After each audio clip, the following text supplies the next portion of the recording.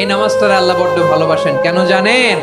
কারণ গভীর ঘুমকে স্যাক্রিফাইস করে আমরা এই নামাজ পড়ি। ঘুমের আরবি জানা আছে কারো? ঘুমরে আরবিতে কি বলে?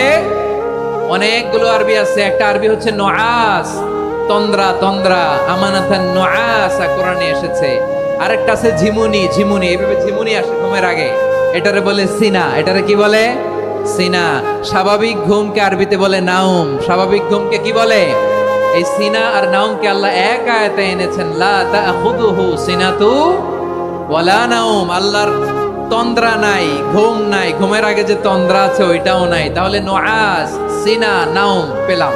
আরেকটা ঘুমের আরবি হচ্ছে হুজুদ। চাঁপাইনবাবগঞ্জ আওয়াজ করে বলেন, আরেকটা ঘুমের আরবি কি? হুজুদ। এটা মাঝরাতের ঘুম, শেষ রাতের ঘুম, যেই ঘুমটা বড্ড মজা লাগে। কাঁথা টেনে টেনে, ব্ল্যাঙ্কেট টেনে টেনে আরেকটু ঘুমাইতে মন চায়, আরেকটু, আর 1 মিনিট, আর 2 মিনিট, এরকম একটা মজার ঘুম শেষ রাতে আছে না নাই? এই শেষ রাতের ঘুম, এই হুজুদের ঘুমকে স্যাক্রিফাইস করে যে সালাত পড়া হয়, ওই সালাতের আরবি নাম হচ্ছে সলাতুল হুজুদ বা সলাতুত তাহাজ্জুদ। চিল্লায় বলেন আল্লাহু আকবার। এজন্য আল্লাহ তাআলা এই তাহাজ্জুদের সালাতকে এত পছন্দ করেন। পড়বেন তো রমাদানে?